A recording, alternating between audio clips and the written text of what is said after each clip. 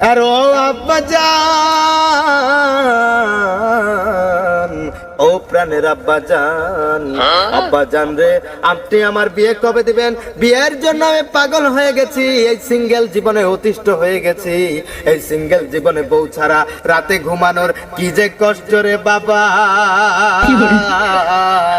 এই কষ্ট কাউকে বোঝানো যায় না। আর আপনি আবার কেমন বাবা যে ছেলের কষ্ট বোঝেন না?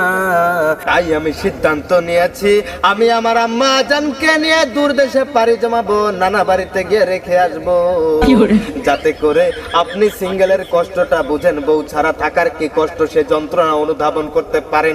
আব্বা জান এখন হয়তো বুঝতে পেরেছেন আমি আমার আম্মা জানকে নিয়ে কেন চলে যাচ্ছি। কথা কন। হ্যাঁ বুঝতে পারছি, কিন্তু বাবা এই শীতের রাতে তোমার আমার ছাড়া আমি থাকতে পারবো? কও পারবা না? এই রান্নাবাড়া করবে কেন? আমি থেকে মুরব্বী মানুষ, আমি থাকতে পারবো? আর এটাই তো বোঝানোর জন্য, এই কষ্টটাই আপনি বুঝবেন, তারপর যদি আপনার বিবেক জাগ্রত হয় আমি আমার আম্মাকে নিয়ে দেবো। সরেন সরেন বাবা, তুমি এটা কাজ করো না। আব্বাজান আমার কোথায় সমস্যা?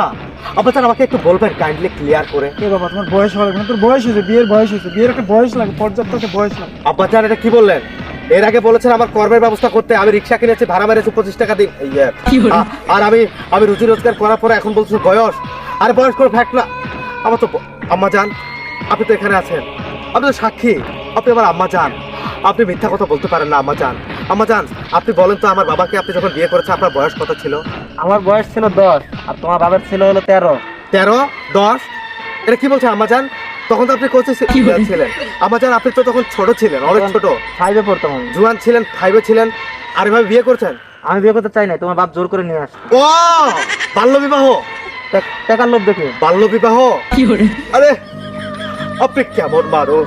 আপনি আমার আব্বাজানকে এত কম বয়সে বিয়ের প্রলোভন দেখিয়ে বিয়ে করেছেন, আর আপনি নিজের ছেলেটাকে বিয়ে দিতে আপনার টাটায় টাটা চলে চলে চলে।